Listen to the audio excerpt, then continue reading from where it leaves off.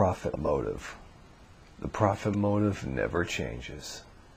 Since the dawn of humankind, when our ancestors first discovered the power of exchanging spears and tiger skins, exchange has been done for everything, from religion to luxury to simple human need. In the year 2077, after several hundred years of capitalism, the destructive nature of the market could no longer sustain itself. The world was plunged into an abyss of nuclear fire and inflation. But it was not, as some had predicted, the end of capitalism. Instead, the apocalypse was simply the prologue to another bloody chapter of economic history. For man had succeeded in destroying the world, but the profit motive never changes.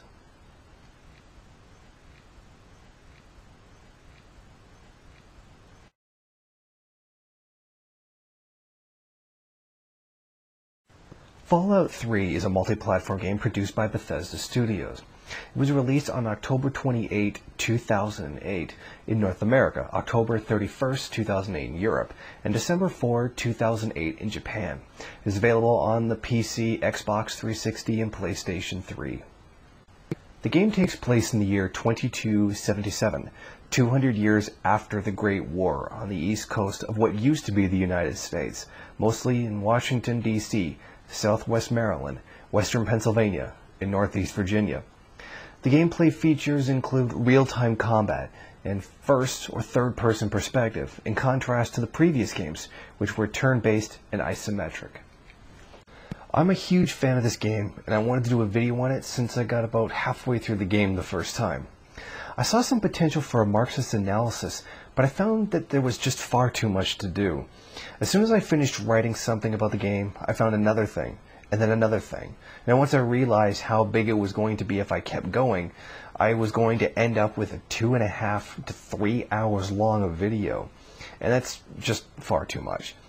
I decided to keep it strictly to a Marxist analysis of the various social groups that can be found throughout the game. I decided to add in the expansion packs as well. As a result, I'll be taking all the economic writings and placing them in a second video to be completed at an unknown time. I think the idea of using bottle caps as currency would be a really interesting investigation. I will also do an investigation into the pre-war economy and try to determine what happened there. My hope is to put some Marxist theory in these videos so that you can hopefully learn something from them, that placing it in the context of Fallout 3, you'll learn some Marxist theory as well. One thing that really caught my eye about the game was its artistic appearance. The post-apocalyptic retro-futuristic wasteland and its inhabitants have a very clear 1950s and Mad Max influence to it. The destroyed vehicles you find in the game, few people have realized were taken from futuristic Soviet car designs. In particular, we can see the influence of the ZIS-112. I also love the use of socialist realism in the posters that you find throughout the game. For the sake of simplification, I will only be dealing with the events and knowledge of the Fallout universe that occur in the Fallout 3 game. In addition, in order to fill in the gaps in the story where it's needed to explain certain concepts or I have to guess what happened, I'm going to proceed on the premise that all events actually took place in real life. They're considered to have occurred in an alternate universe where the same economic laws apply, supply and demand, for example. We need to do this in order to make certain logical assumptions about events that took place and where the story is lacking. For example, it's not talked about as to what constitutes fuel in the game.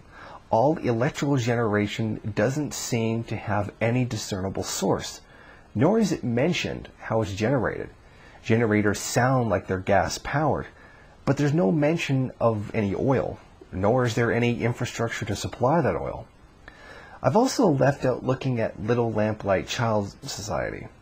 The reason I've done this is because it makes absolutely no sense, and it would be literally impossible for this society to function. The children would not be able to organize in a manner this complex. Slavery is also in the game, but we rarely see its use outside of the pit, so I've excluded that as well, because we can't show it functioning in any other settlement.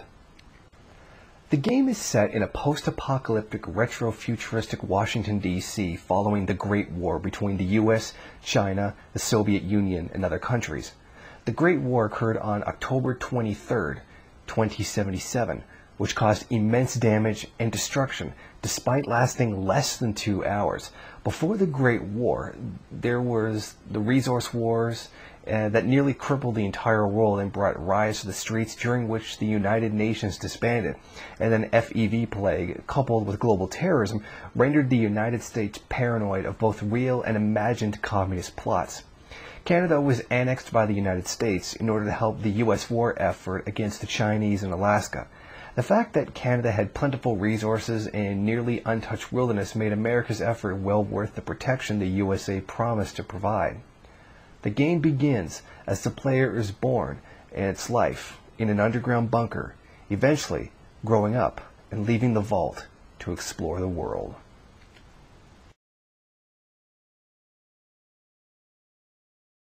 If we're going to look at the economy of the society, we're going to have to start with the main factor, the mode of production. This is an interesting challenge to investigate, as there appears to be little to no productive forces in use. Commodity exchange is taking place. However, the supply of commodities comes from the scavenging and hunting as opposed to commodity production, meaning there is a significant lack of use values actually being produced.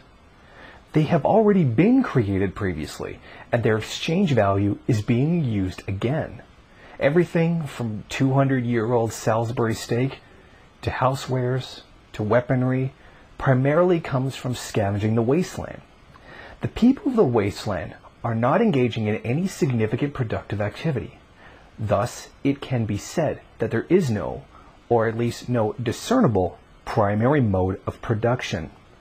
When we look more closely at the various groups and methods of survival, we see that there are different types of social organization and different modes of production. The economic situation is complicated to analyze, as there is no Marxist description of a post-apocalyptic society. We must conclude upon analysis, however, that there is a mix of modes of production. The raiders, for instance, like much of the population, collect all materials through theft and through scavenging. They too hunt the local wildlife and eat it. In my view, we should see the remaining commodities left over from the pre-war era as a non-renewable resource. That is to say, once the wasteland has had all the pre-made materials collected up, the resource should be considered gone. Along with this, we can see some form of monetary exchange when we look upon at least one of the gangs. The gang that has its base of operations hidden in a cave system to the south has what appears to be bars where alcoholic drinks are sold. In addition to this, we know from searching their corpses that they each carry their own money. From this, we can deduce that there is some level of economy. It most likely takes the form of mercantilism or small purchases, as there's no evidence that any raiders employ any means of production.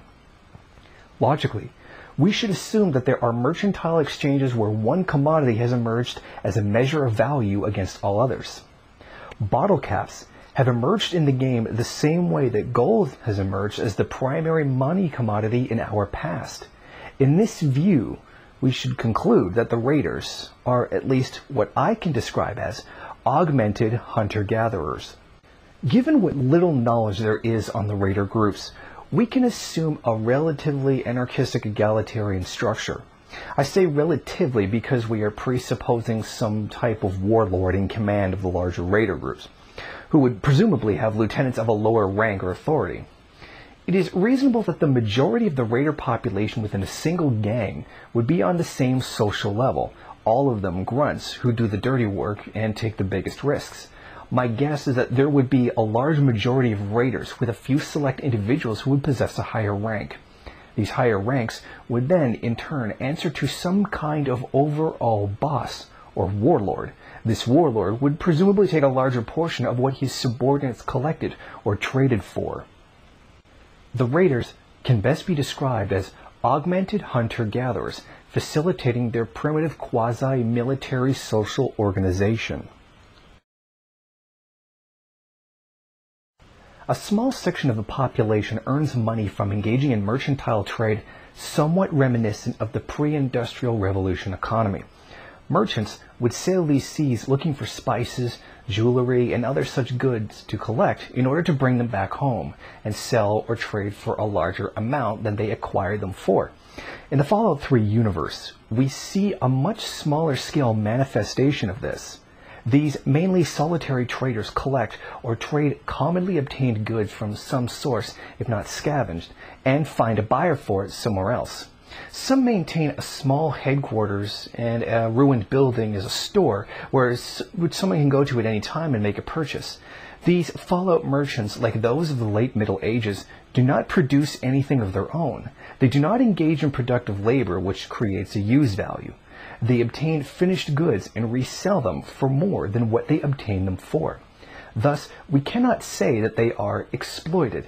It is fair to say that they engage in unequal exchange. After all, profit is not possible without an unequal exchange. These traders have to traverse the difficult terrain, risking everything from possible raiders to super mutants. They recognize their collective interest in protecting each other. At some point in the game, the traders, headed by the leader and founder of Canterbury Commons, Uncle Rio, form a merchant caravan where they can pool their defensive resources. Each member of the caravan appear dedicated to a particular set of products. There must be some kind of unofficial agreement among them not to intrude upon each other's customers. In a unique moment in the game, the player has the opportunity to become investor, where for varying degrees of bottle cap investments, he can increase the variety of goods that they carry. Unfortunately, there doesn't seem to be much of any return for the player on those investments other than a few gifts. Aside from the traders, there are roaming groups of hunters who collect animals and then trade them for whatever they need. They seem to operate much like hunters/trappers that you find in many indigenous communities that we find today. They trade what little they catch for other commodities that they need. My personal favorite is the super mutants. They are the result of a genetic experiment born of the scientists of Vault 87. These creatures, or metahumans as one particular super mutant prefers to be called, were created from a forced evolutionary virus as a part of the evolutionary experimentation program. It was a modified strain of the FEV that led to the creation of a new kind of super mutant that increased in size with age and is apparently sterile. In the course of their development, they lose almost all sex characteristics, making them entirely asexual. In addition, they are oddly immune to the effects of radiation. They have a below-average human level of intelligence, but are still capable of speech, minimal construction skills, and some military tactics. Super mutants have some variety among them. For example, Mariposa or West Coast super mutants around California are said to be of higher intelligence and more civilized. There are, however, many unanswered questions left over from experience with them. Somehow, they managed a minimal level of maintenance of Vault 87 in its systems. In addition, they managed to operate complex weaponry and are seemingly able to repair them. No explanation is offered for this. Even more puzzling is the fact that the super mutants maintain and operate the FEV system, which increases their numbers, because they have no reproductive ability. They are required to abduct humans live and bring them to the vault to be made into super mutants. Also, it should be noted that human beings appear to form their staple diet. It's interesting that their source of new members is also their source of food.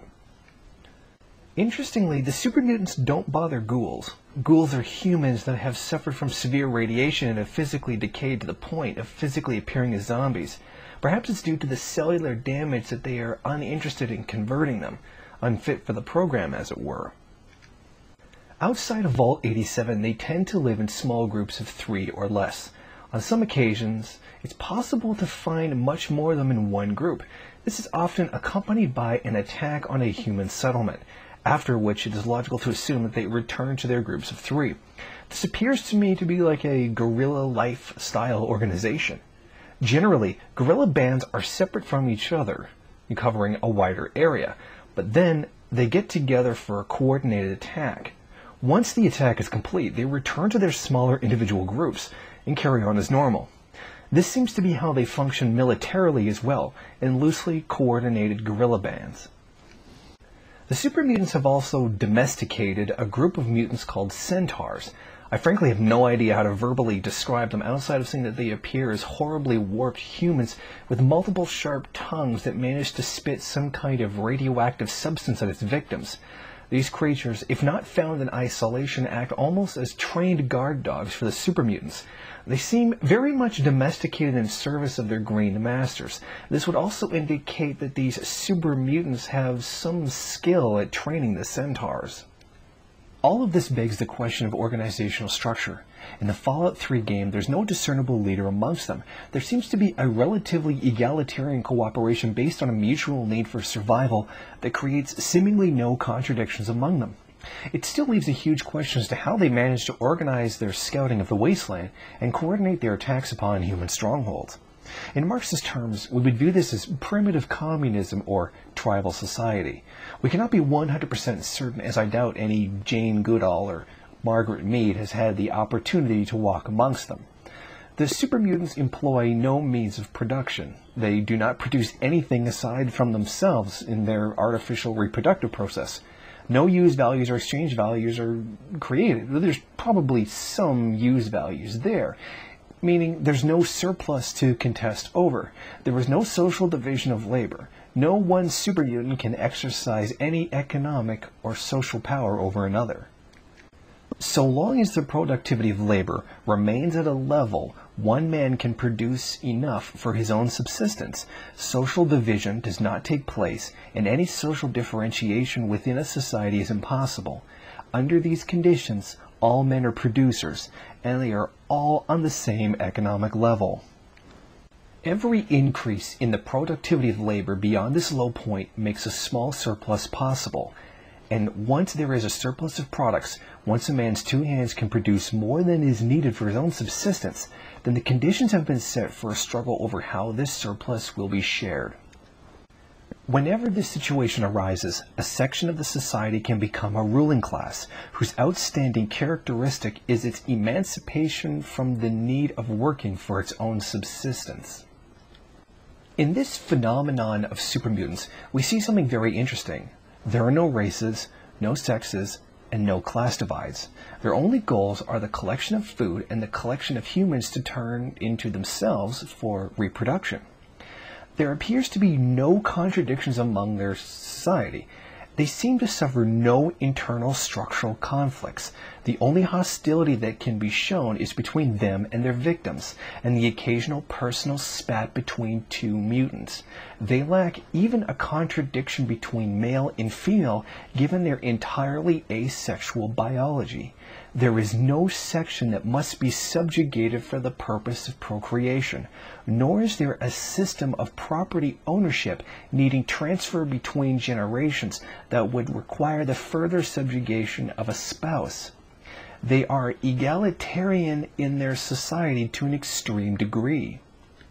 This lack of internal contradiction and overwhelming strength leads us to an important question. Why don't they just simply conquer and take over the wasteland? The answer to that is put quite nicely by the Fallout Wikia. Too dumb to overrun it, but too strong to die off. These are the most common settlements that the player comes across during the game. This is where he/she will spend much of their time. They are both founded with a particular goal, that of keeping the super mutants and raiders out. Megaton built extremely high walls, while Rivet City was built on an abandoned aircraft carrier surrounded by water. These settlements were designed with the particular aim of creating stability. This is what people seek after all, a comfortable life that can be maintained without too much effort.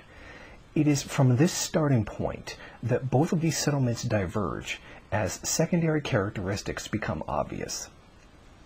Megaton was constructed in the crater of a crashed airplane that was carrying an atomic bomb. The atomic bomb remains in the middle of the settlement. While this may seem odd, the foundation is based on the fact that the depth of the crater provided some coverage from dust storms.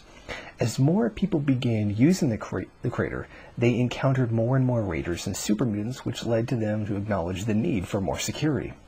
Nearby was an airport, which was eventually looted of all its metal, which now stands as the physical structure of the city and its impressive defense walls. With this kind of safety offered, trade began and made some people wealthy. Capitalists need a haven away from the antagonisms they cause.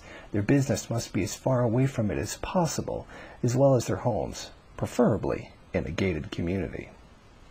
Rivet City, on the other hand, was founded by scientists as opposed to traders.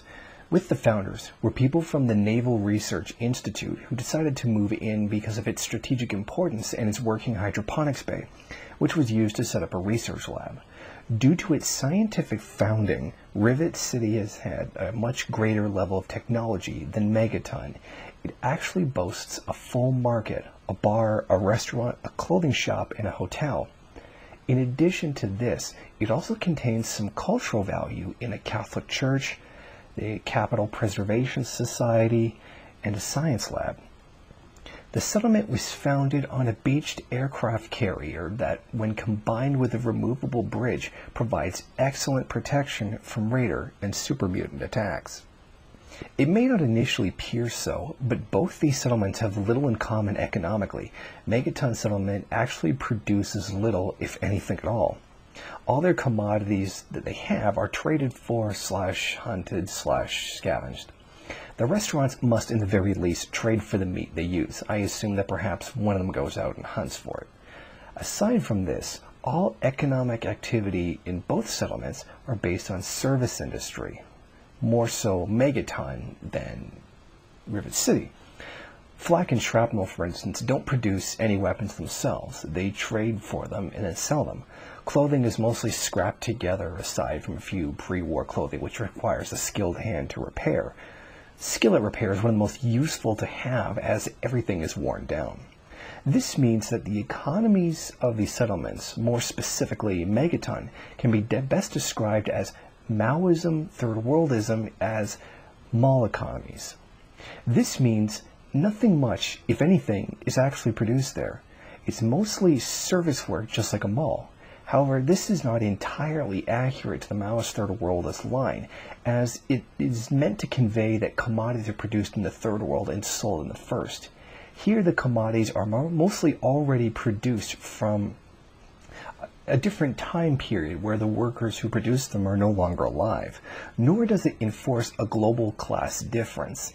It is only a way of describing the service industry-oriented nature of these two cities' particular economies. The only exception to this is Rivet City's food. It's the sole supplier of radiation-free food in the capital wasteland, trading it for essential raw materials with other communities. This is one instance where people produce something and sell it. We're not certain if the science lab is a business itself and it does the trading, or if it produces for Rivet City and then taxes pay for its maintenance. I'm certain it is the latter, given that residents can be heard complaining that the science lab uses up too much in the way of resources. This is a tremendous economic advantage for Rivet City. It allows for healthier people and the fact that they are the sole supply, fetching a great profit in trade. The social organization of the two settlements is another area where they differ. Rivet City has a ruling council made up of people from different sections of the population. They have meetings where they keep minutes and vote on decisions. This is a relatively democratic process in that there is voting, but it doesn't allow the majority of the population to vote. This council is made up of business representative Bannon, security chief Harkness, and science head Dr. Madison Lee. These three hold all the voting power in Rivet City. They are made up of the economic elite and the security force. This is more akin to ancient Greek democracy as opposed to the parliamentary system that we see today. The power is still held by the economically powerful, with a token vote to the oppressive arm of the council, the security force. This represents a clear class divide, those who wield decision-making power and those who do not. This is reinforced by economic segregation in housing. There are people who live on the upper deck, the wealthier, those who own the shops and have voting power. Then there are people on the hangar deck who don't have any power. This is not some coincidence. Bannon makes it clear that those who live on the deck are a lower class. The people that live on the hangar deck are the great unwashed masses. I read that somewhere. Do you like it? Anyway, they need true leaders, like myself. This demonstrates that there is a clear class divide in Rivet City. The security measures in place reflect this. A professional security team is employed to keep the peace, protect the science bay, and to deal with any theft from business. If, however, you speak to a security officer about a personal theft, they suggest you take the law into your own hands. They will, however, enforce peace if a murder is carried out. There has to be a great crime against the lower class for them to get involved. This demonstrates that the security is intended for the preservation of the upper class. It is not at all unlike our capitalist society today, where the police serve the interests of the capitalist class, and the laws are indeed written that way. If you steal from your employer, it is a criminal offense, and the police will come and knock down your door. If your employer steals from you, it's a civil offense requiring an expensive lawyer and mountains of paperwork that you can't do. Megaton stands in great contrast to this, where there is no particular leader to speak of. Lucas Sims has made himself the self-styled sheriff and unofficial mayor, but this comes as a part of an unofficial agreement. People don't have a problem with Sims fulfilling this role, as they all know this function must be carried out. He holds no actual power over the community. He does, however, have a great deal of influence given the service that he provides. Sims is opposed by Colin Moriarty, a wealthy local businessman who claims to be in control of the town. He imposes control through economic means, controlling trade, having what people need, etc. This, too, is nothing official. It's just power that he wields. Moriarty uses his power to gain more wealth and influence. Sims does it out of altruism with the goal of peace. This causes the two of them to clash and vie for power over Megaton's society in the absence of an established authority. There doesn't seem to be any real sense of class in Megaton. The only real capitalist is Moriarty because he has two employees. One of them is a slave ghoul named Gob. The other is a prostitute named Nova. They are most definitely exploited in the Marxist sense. Neither one receives the full value that their labor generates, particularly Gob, considering he's literally a slave. Everyone else either works for themselves or doesn't appear to have any employment. With this lack of worker-capitalist relationship, there is an absence of class divide. No one is considered superior to anyone else. Each may have their own opinion, but there is no social divide that exists and is reinforced by anything. This is also reflected in their security measures. While Sims is a sheriff, he does not only serve Moriarty, he serves everyone equally. Defense of the settlement from invasion is a collective effort. Megaton is relatively egalitarian in that there is no formal hierarchical structure. The only exception would be Gob, considering that he is a slave, and there's much prejudice towards ghouls. Interestingly, Moriarty is the only actual capitalist in the wasteland. No one else actually employs anyone else. There are some mercenaries for hire, but given that they work contract and own their own equipment, they're not technically exploited. There is some question as to how the Talon Company works.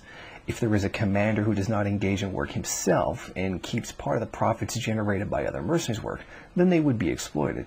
But again, we do not know exactly what their organization is like.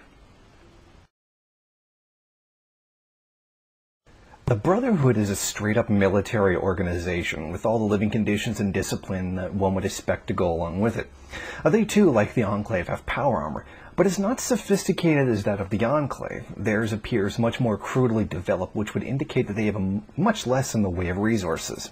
It would also indicate that they are not as technologically developed. They're a very tight-knit group that works well as a whole towards their objective of restoring the wasteland. Unlike the Enclave, the Brotherhood of Steel seems entirely altruistic. They dedicate themselves to uncovering forgotten technology and collecting old books that have not been destroyed. They do this for the sake of saving humanity.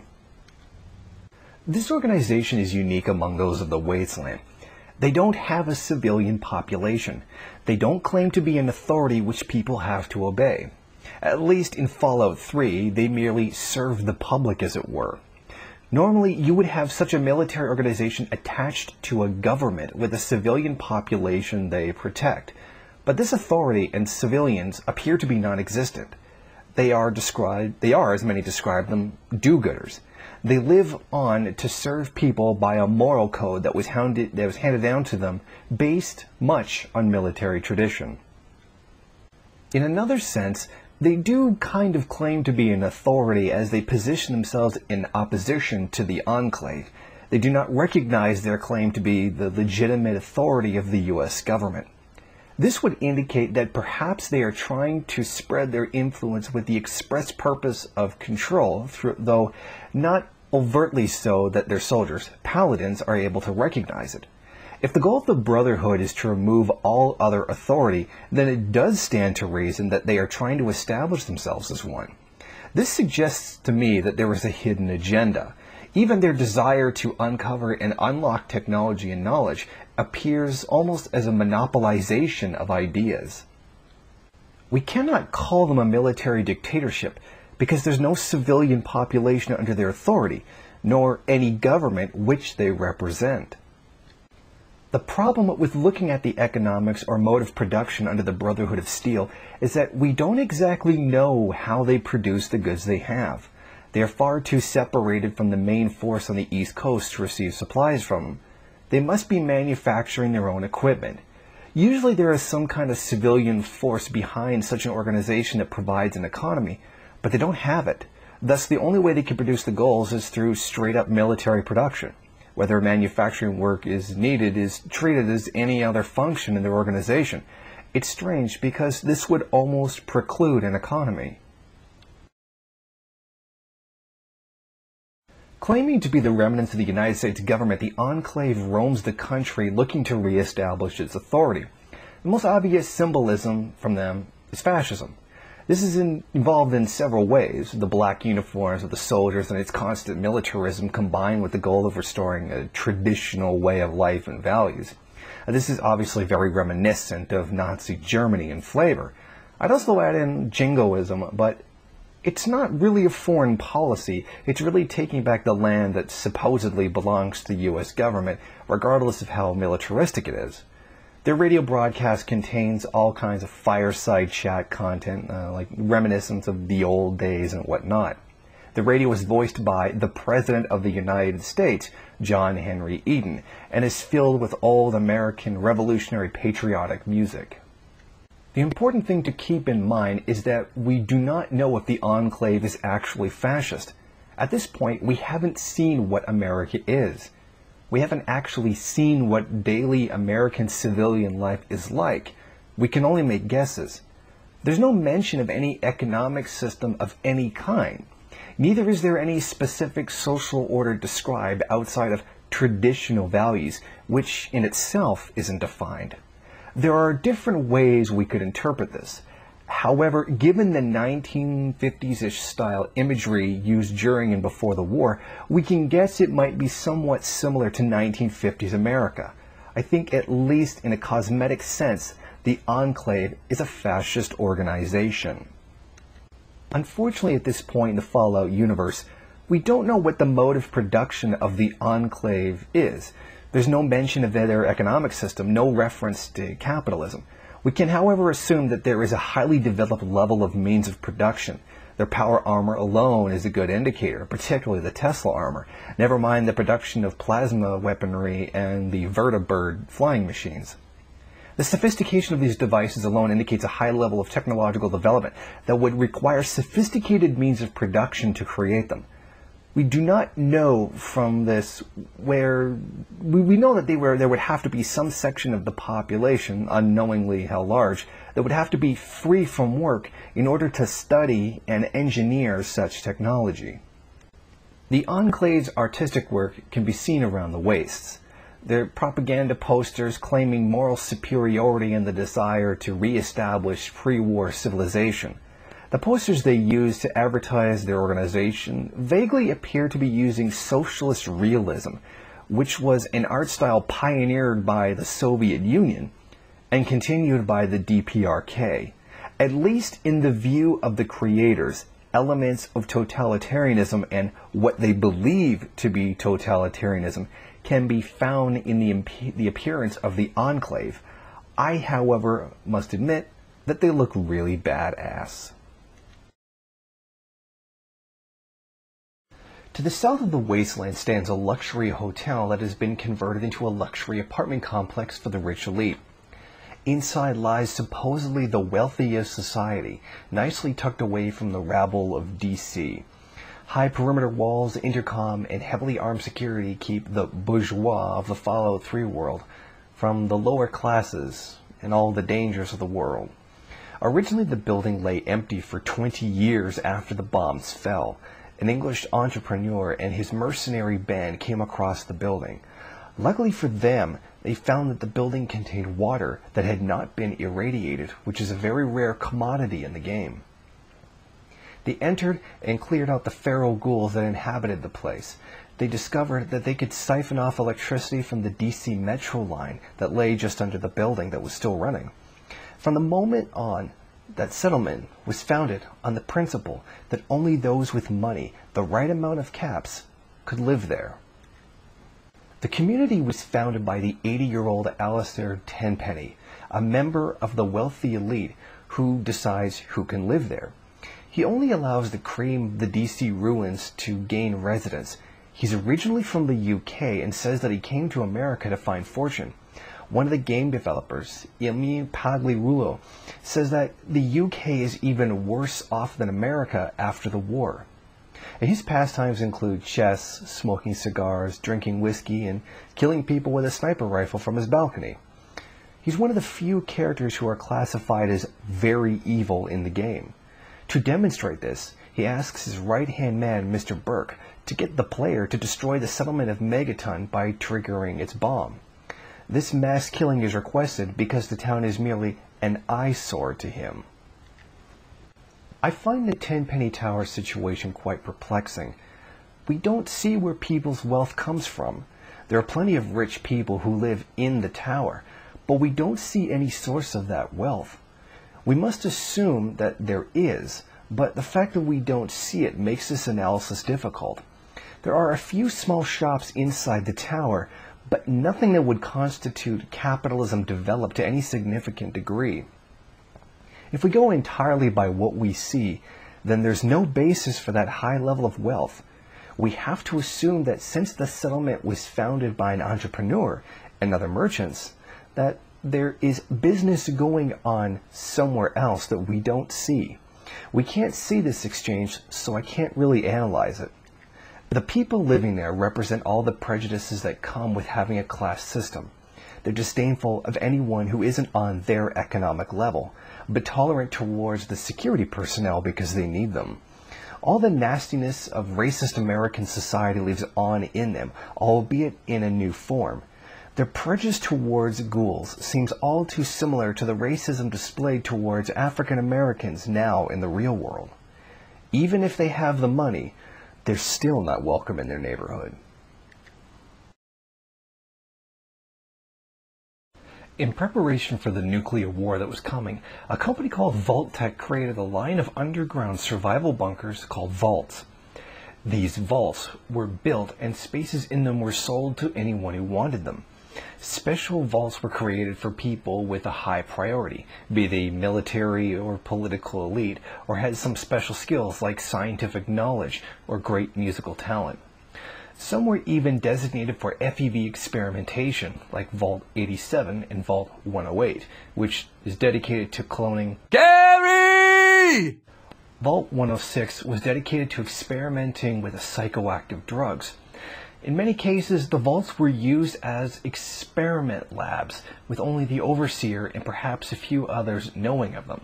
The overseer is the unelected official which is in charge and control of the vault. Now, the vault groups are truly interesting to look at. The vault dwellers are those who have spent their time underground since the bombs fell. Since the war was 200 years ago, there have been successive generations that have lived in these shelters. This means that there are entire generations that have never seen the sun or stepped out into the real world. As the game says, "It is here you will die, because in Vault 101, no one ever enters, and no one ever leaves."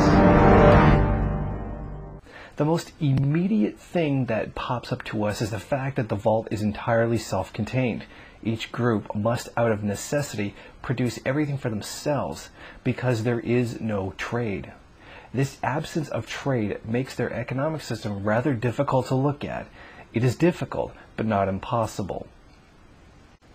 The immediate problem is the lack of any supply source. Everything needed in the vault must also be produced in the vault. A significant level of infrastructure would have to have been set up in order to accomplish this. We know there is an air recycling system, hydroponics lab, and water filtration system. These would no doubt be labor intensive given that they've had to last 200 years. The thought of any machinery lasting 200 years is nearly unfathomable. They would require constant maintenance and face terrible wear and tear. The second most pressing issue would be labor power. The number of people living in each vault would be very restricted given the limited resources available. I would have to assume that since men and women live together, there would always be the risk of pregnancy, which would require some kind of control. From this, we would have to deduce that life would be extremely regimented. There is little or no physical space in which one could travel away from home. Resources are limited, which would definitely require a rationing system. Limited labor power and skilled labor power would necessitate a work assignment system. There would also need to be a strict education system to ensure that future generations had adequate education to maintain all of the vault system's functions. All of this would make strict disciplinary organization important. The relationship to the means of production is what determines a person's class position. In the case of the vault dwellers, they are all pretty much have the same relationship. No one person actually owns them. The overseer has the most authority over their use, but he does not own them, nor is he capable of significantly altering their use without killing the entire population. Marxist analysis simply can't do a class perspective of a vault because there is nothing in the way of class difference. The leadership role of the overseer is most certainly an authority. It is not, however, a class. It is not enforced by property ownership and the wealth that flows from it. Marxism was meant to give an analysis of the society as a whole, not a single isolated group of survivors. I rather like the people of the Oasis. They're peaceful, they don't cause anyone problems, and they're batshite crazy people who worship a tree. The Oasis is a semi-anarcho-primitivist tribal society. They reject all technology with the exception of a few guns, which they keep for their own protection. They forage their own food and hunt their own meat, if they even eat any meat at all. They have no significant means of production. However, this does not mean they are without a mode of production. Tribal society or primitive communism is a mode of production in itself. Everything they need they can make themselves without any social division of labor forming. This means that the mode of production does not structurally create classes. There is hierarchy, of course. The elders, which are above the majority, and then there's the tree god, which is above everyone else. The people of the Oasis have come to see him, as a deity, when in fact he's merely a man named Harold who ended up in an accident with an FEV that caused his biology to merge with that of a tree. According to the story, he has been there for 2 or 3 decades and has gained the power to feel the world through surrounding plants. The people of the Oasis play a very minimal role in the game and don't give us too much to investigate. As a side note, there's one nutjob Dave who is the president of his own dictatorial polygamous compound which he calls a republic. The Republic of Dave, as it is formally known, cannot be any more than 46 meters in diameter. The country operates as a family collective entirely devoid of any currency. The President Dave proudly boasts that they are entirely self-sufficient. The family, meaning all residents except for maybe one Republican soldier, is under the suspiciously dictatorial control of President Dave, who holds what appear to be mock elections. He received his position originally from his father, who was president before him. Insert lame insult against the DPRK here. The Pit is my favorite expansion of Fallout 3 for 2 reasons. 1. The post-apocalypse industrialization visuals are astounding. 2. There is so much there to write. I think I know what the developers were getting at when they created it. This section will be long. There is a ton that I can write about here. The most obvious themes here are industrialization and slavery. In this add-on, the player character journeys to the industrial raider town called The Pit, located in the remains of Pittsburgh. In contrast to Operation Anchorage, The Pit involves a more traditional quest line, with several morally ambiguous choices. The main quest involves the player character taking on the role of slave in order to investigate the rumors that the raider boss of The Pit has discovered a cure for mutations that have plagued the inhabitants of The Pit. Some 20 years before the events of Fallout 3, Owen Lyons led the Brotherhood of Steel's expedition to Washington, D.C. through The Pit. In one night, the Brotherhood swept through and destroyed the original raider force occupying the town, and rid the surrounding area of other scum, killing anything that put up a fight. This event is chronicled as the Scourge.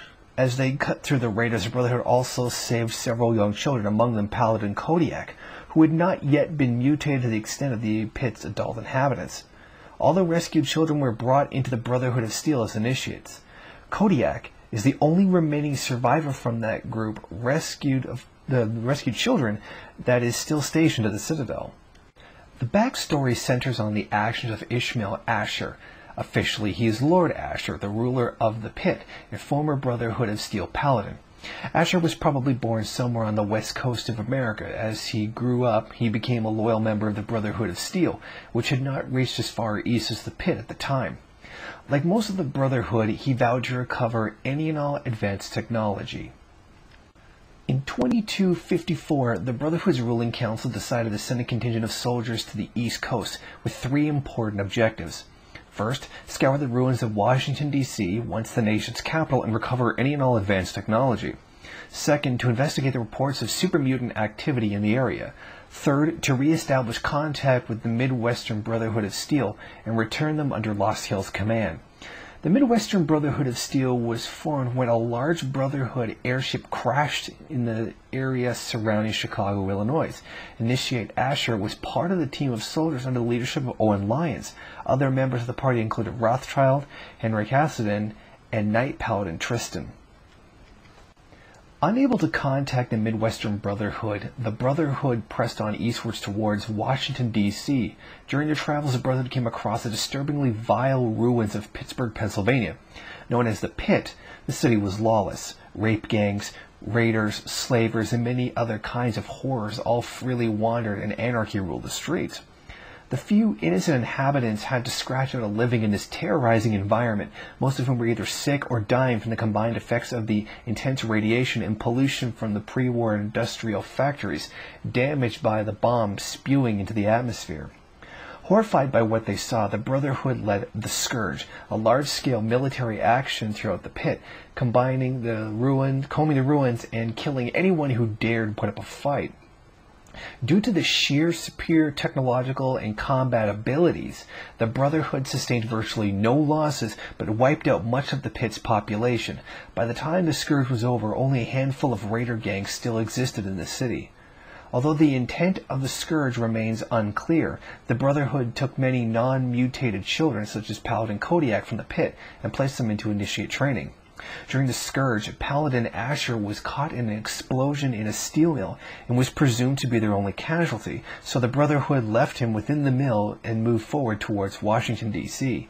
Asher lay there for hours, but was soon awoken when he was pulled out of the rubble by scavengers trying to loot his power armor. Asher impressed them, some of the scavengers even considering him a god. With the locals not having to worry about the rampaging raider gangs, which once infested the streets, he brought many of the scavengers in the area together under his leadership. Instead of trying to return to the Brotherhood, Asher decided to found the new city of the Pit, because he was touched by the tenacious locals who had endured great hardship before, during, and after the Scourge. Another reason being the fact that it contained only operational steel mill. This is the only ones the Brotherhood had ever run into, allowing the Pit to produce its own equipment. To gain control, Asher formed his own gang and using his Brotherhood training and expertise. Quickly he began killing the leaders of the remaining raider gangs to establish dominance. Raiders who did not rebel were incorporated into his gang and numbers swelled. His control over the Pit grew to the point where his territory extended to most of the ruins. Asher transformed the raider gang into a functioning government under his autocratic rule, branding his gang an army, with the most fierce raiders becoming his lieutenants. The Pit, firmly under his control, Asher and his guards occupied a mostly intact skyscraper called Haven as his place to watch over the city. However, it wasn't long before he realized that his raider gangs would not be enough to allow his new civilization to grow. In order to achieve this, Asher soon started to use slaves, whom he insists on calling workers to remind them that they all have a chance at freedom no matter how slim. As labor, he admits he hates to do this, but claims it has to be done, since most of the citizens of the Pit are unable to have children due to the troglodyte degeneration contagion. Most of the non-raider population was enslaved, forming a working class, managed by a brutal upper class, largely composed of raiders who watched over them and punished dissent. The Pit began to slowly rebuild, and the slaves made great progress in making things operational in the Pit again. Asher eventually started importing slaves and hiring raiders from outside the Pit to accommodate growth. The Pit was approached by a scientist named Sandra Kondanika. After hearing about its status as an up-and-coming civilization in the wastes, instead of becoming enslaved or attacked by the raiders guarding the city's perimeter, Sandra was welcomed into the Raiders Pit class due to her talents, which greatly impressed Asher, eventually marrying her. A year before 2277, Sandra became pregnant and gave birth to Asher's child, a daughter named Marie. A miraculous stroke of luck, Marie was discovered to possess a special ability that the rest of the wasteland lacked. She was immune to mutation. This immunity meant that Marie would not be affected by the troglodyte degeneration contagion, which had been massively blighting the Pit. Asher and Sandra quickly set to work on developing a cure for their fellow Pit inhabitants, hoping that they could finally have a cure. It is hinted that if the cure were to be successfully produced, allowing natural population growth, Asher would greatly reorganize the Pit, abolishing slavery and granting all its citizens their freedom. There is a very clear class divide between the people of the Pit, Asher, and his raiders. Asher is clearly a dictator who holds power over the slaves. What we need to understand here is the meaning of dictatorship. The common belief is that a dictatorship is a single person who holds power over an entire country. This isn't truly. A single person could not hold such control. All dictators that have existed have relied upon a class of people who support them. In the case of a military dictatorship, it would be the other high-ranking members of that military. In other societies like Nazi Germany, it was the heads of science, industrial capitalists, and bankers. These individuals wielded power in society, the productive forces, and the financial system. Their ownership created all the wealth and determined its distribution. Saddam Hussein was surrounded by such individuals as well. In addition, he also kept many people who were from the same tribe as high-ranking people in government. Saddam, like Asher, built their path to the particular position through violence. There are parallels between Saddam and Asher. Without this class of powerful individuals, their control would collapse. Fortunately for Asher, there isn't any banking or finance to speak of, so he doesn't need a person controlling it. He does also recognize the power of limited trade, though I assume this is mostly for his own luxury and for those of his subordinates. He instead holds an entire military organization that stands in for a traditional government structure. This lack of a financial aspect is where Asher diverges from Hitler and Saddam. The pit's economy is not like that of a capitalist system. The settlement is more like slavery than a system primarily based on exchange. All dictators realize that they need an economy in order to function. All countries need one.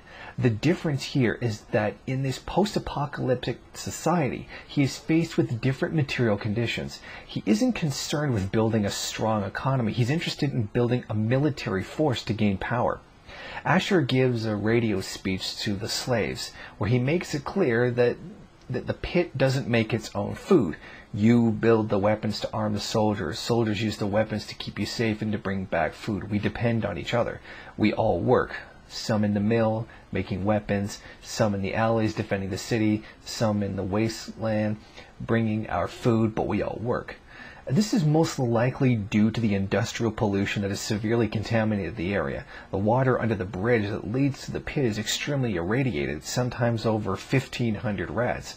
As we saw previously, so long as the productivity of labor remains at a level, one man can only produce enough for his own subsistence, social division does not take place, and any differentiation within a society is impossible. Under these conditions, all men are producers, and they are all on the same economic level. From this, we see the clear class divide in the pit society, those who toil and those who do not. Asher and his lieutenants do not. The productivity of those who do create the conditions that alleviates them from having to. Aside from this, we can see a quasi-class distinction between the slaves and everyone else. The slavers don't work in the same sense. They merely stand by and watch to make sure that the slaves do. This is a little bit more complicated, but we should stand by analyzing people's relationship to the means of production. The slavers, the city defenders, merchants, and food raiders are all free to leave the pit at any time, no longer working. The slaves, on the other hand, cannot. They are by force kept tied to the means of production, and their use is to alleviate others from having to do so. I would have to say there is a class distinction between the slavers and non-slavers, with Asher and his lieutenants with greater authority.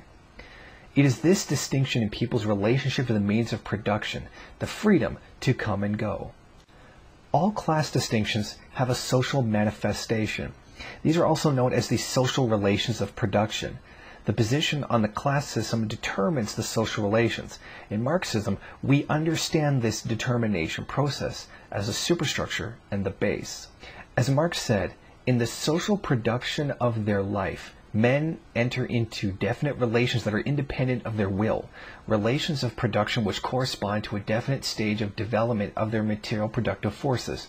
The sum total of these relations of production constitutes the economic structure of society, the real basis on which rises a legal and political superstructure, and to which correspond definite forms of social consciousness. The mode of production of material life contains the social, political, and intellectual life process in general. It is not the consciousness of men that determines their being, but on the contrary, their social being that determines their consciousness. At a certain stage in their development, the material productive forces of society come into conflict with the existing relations of production, or what is but a legal expression for the same thing, the property relations within which they have been at work hitherto. From forms of development of the productive forces, these relations turn into fetters. Then begins an epoch of social revolution. With the change of the economic foundation, the entire immense superstructure is more or less rapidly transformed. In considering such transformations, a distinction should always be made between the material transformation of the material conditions of production, which can be determined with the precision of natural science and the legal, political, religious, aesthetic, or philosophical, in short, ideological forms, which men become conscious of the conflict and fight it out. We do not judge a period of transformation by its consciousness. On the contrary, this consciousness must itself be explained from the contradictions of material life, from the existing conflicts between the social productive forces and the relations of production. In broad outlines, Asiatic, ancient, feudal, and modern bourgeois modes of production can be designated as progressive epochs in the economic foundation of society. The class divide between the people in the pit certainly does manifest itself in the game. The most immediate one visible to the player is the terrible manner in which the slavers treat the slaves. The slaves are forced labor who do not have a choice, treated much like work animals. This treatment dehumanizes them, leading them to being treated like cattle. The slavers are known to kill slaves for fun. They threaten them and brutalize them. They are treated as lesser people whose wants, needs, and humanity are ignored in favor of getting the job done. This is quite similar to what we see in capitalism. The capitalist class doesn't care about us trying to make our bills or paying our rent. They don't care when we can't afford education. They wring their hands in anticipation of more profits when we get pay cuts, are bumped down to part-time, are given more work for the same pay, or just straight up laid off. Slave-slaver relationship creates a greater class division than the worker-capitalist one does. This is why we see a greater level of harsh treatment towards slaves than towards workers. These same social relations manifest themselves in the housing as well. In all cities we have the rich end of the city and the poor end of the city, with a suburb for the middle class outside of it. This segregation is caused by the economic system itself and its wage labor function. We see this too with the pit. Slavers, merchants, soldiers, scavengers, asher living in uptown. The slaves all live in the downtown section. Then economic relations of production, the fact that they are forced slaves, determines their housing is the same as well. They live behind fences, chains, and locks. Their relationship to the means of production is reflected quite accurately in their living conditions. The economic system requires that they be forced. Thus, the system provides a housing situation that facilitates that requirement. I do notice some interesting manifestations of the social relations in pit society. Asher, like all dictators, claims to represent the interests of the people. His claim is no truer than theirs are. In this regard, he is like Hitler. He sees the crimes and inhumanities that he carries out as a part of a path towards a better world, a world based on his view of what it should be. He is known to make grandiose speeches to get this point across. Citizens of the pit, workers of downtown, traders of uptown, and all fierce souls who do what must be done, I bring you good news. We stand at the dawn of a new golden age, where others merely survive. We thrive! Our industry is the envy of the Commonwealth. Our safety is the envy of the capital wastes. Our might is the envy of Ronto. And while I have led your efforts, it has been by your own strength that you have earned all the envy of the world. They envy the steel shaped by the workers in our mills, and they envy the strength of our traders and raiders who wield the steel for the pit. And most of all, they envy our victories in the struggle for freedom. Because yes, freedom is what we all work towards. Freedom from fear. Freedom from disease. Freedom to live as once we did before we were shackled by atomic fire. And so, to celebrate this struggle, I ask my loyal workers, who among you is prepared to fight for your freedom? Who among you will risk your life in the crucible to create a new life of freedom in Uptown? Who will take this rare chance to thrive? This is what he says to the slaves as he stands over them, asking them to engage in a fight to the death. He uses odd revolutionary-sounding language in his radio broadcasts, like making the ruling class of the DC wastes tremble. There is no ruling class there. The people who work in the pit are not free. Asher claims he wants to end slavery when people can finally reproduce when the cure is found. We don't know if this is true because the game doesn't go on that long.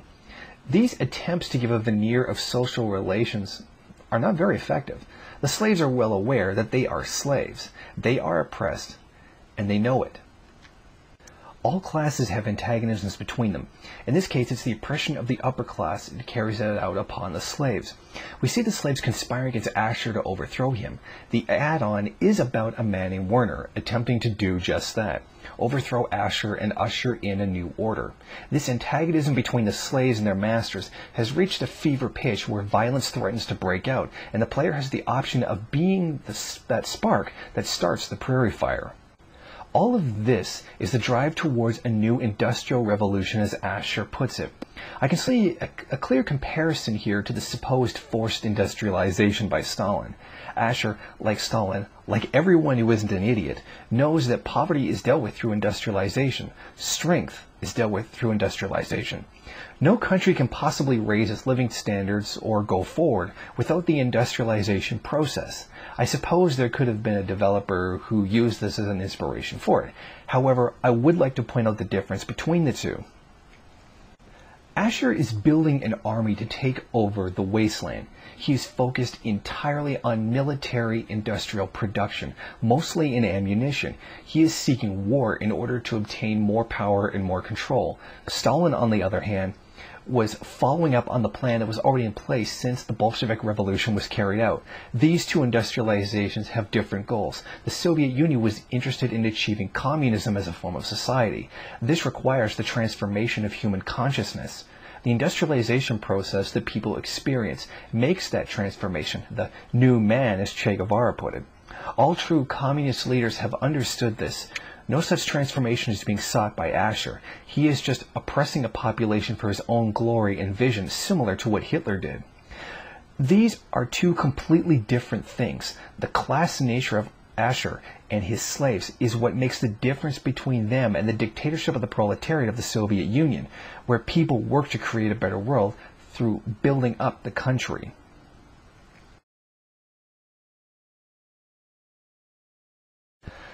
Thank you for watching. I really hope you enjoyed this. I spent a good deal of time putting this together, researching the game, recording footage, writing, analyzing the limited information the creators gave us, and editing the whole thing together. This was a lot of work, and hopefully people appreciate it.